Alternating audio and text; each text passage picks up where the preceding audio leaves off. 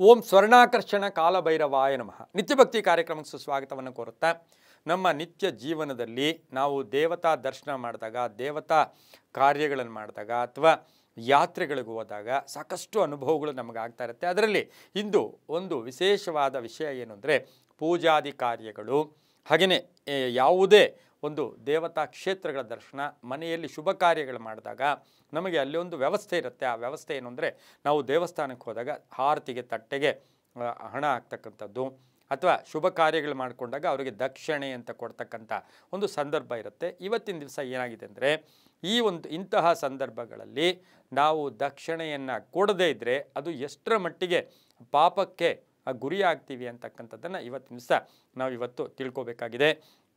ಪೂಜಾದಿ ಸಮಯಗಳಲ್ಲಿ ಅಥವಾ ದೇವಸ್ಥಾನಕ್ಕೆ ಹೋದಾಗ ನಮ್ಮಲ್ಲಿ ಜೋಬಲ್ಲಿ ಕಾಸಿರುತ್ತೆ, ಅಥವಾ 100 ರೂಪಾಯಿ ಇರ್ಬೋದು, ಇನ್ನೊಂದಿರ್ಬೋದು, ಏನೋ ಅಷ್ಟಿರುತ್ತೆ.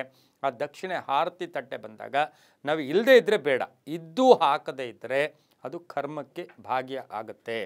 ಇದಕ್ಕೆ ನಾವು ನಮ್ಮಲ್ಲಿ ಒಂದು ದಕ್ಷಿಣಾದೇವಿ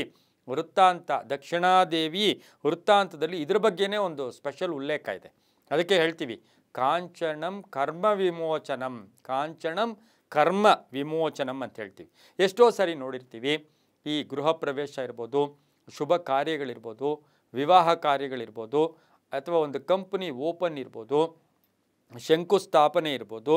ಇಂತಹ ಸಮಯಗಳಲ್ಲಿ ನಾವು ವಿಪ್ರರು, ಅರ್ಚಕರು, ಪುರೋಹಿತರು ಅವರ ಮುಖೇನ ಒಂದು ಶುಭ ಕಾರ್ಯವನ್ನು ಮಾಡಿಸಿದ್ದಾದ ಮೇಲೆ ಅವರು ಕೊಡಬೇಕಾಗಿರ್ತಕ್ಕಂಥ ದಕ್ಷಿಣೆ, ಅವರು ಕೊಡಬೇಕಾಗಿರ್ತಕ್ಕಂಥ ಹಣಕ್ಕೆ ನಾವೇನು ಮಾಡ್ತೀವಿ, ನಾಳೆ ಬಾ, ಮುಂದೆ ಕೊಡ್ತೀನಿ, ಮನೆಗೆ ಬಾ, ಈ ರೀತಿ ನಾವು ಪೋಸ್ಟ್ಪೋನ್ ಮಾಡ್ತೀವಿ. ಇದು ಶುಭನ ಅಂದರೆ ಶುಭ ಅಲ್ಲ.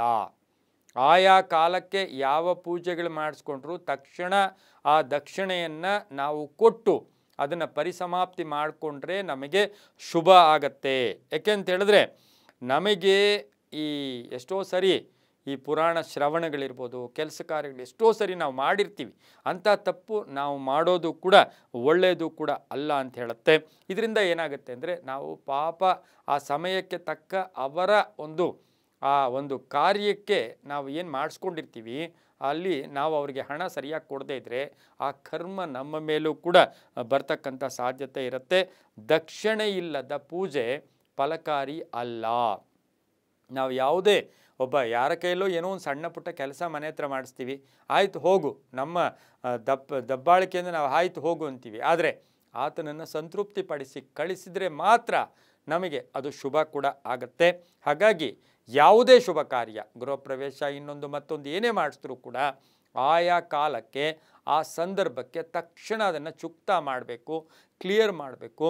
ನೀವು ಏನು ಕೊಡಬೇಕು ಅಂತಿದ್ದೀರೋ ಅಥವಾ ಅವ್ರು ಏನು ಕೇಳ್ತಾರೋ ಅಷ್ಟು ಕೊಡದೇ ಇದ್ದರೂ ಕೂಡ ನಿಮ್ಮ ಮನಸ್ತೃಪ್ತಿ ಸರಿಯಾಗಿ, ಅವರ ಮನಸ್ತೃಪ್ತಿಗೆ ಸರಿಯಾಗಿ ತಕ್ಷಣವೇ ಎಷ್ಟೋ ಜನ ರಾಜಕೀಯ ವ್ಯಕ್ತಿಗಳು, ದೊಡ್ಡ ದೊಡ್ಡ ಹುದ್ದೆಗಳಲ್ಲಿರ್ತಕ್ಕಂಥವರು, ದೊಡ್ಡ ಶ್ರೀಮಂತಿಕೆಯಲ್ಲಿರ್ತಕ್ಕಂಥವರು ಕೆಲವು ಸಾರಿ ಏನು ಮಾಡ್ತಾರೆ, ಈ ಅರ್ಚಕರು, ವಿಪ್ರರ ಮುಖೇನ ಒಂದು ಪೂಜಾ ಕೈಂಕರ್ಯ, ಶುಭ ಕಾರ್ಯಗಳನ್ನು ಮಾಡಿಸ್ಕೊಂಡು ಆಯಿತು ಅಂತ ಕಳಿಸ್ಬಿಟ್ಟು ಇವರು ಮರ್ತೋಗ್ಬಿಡ್ತಾರೆ. ಅವ್ರ ಹತ್ರ ಕೇಳೋಕ್ಕೆ ಭಯದಿಂದ ಸುಮ್ಮನೆ ಇರ್ತಾರೆ. ಆದರೆ ಆ ಪಾಪಕರ್ಮ ಮಾತ್ರ ನಮ್ಮನ್ನು ಬಿಡೋದಿಲ್ಲ.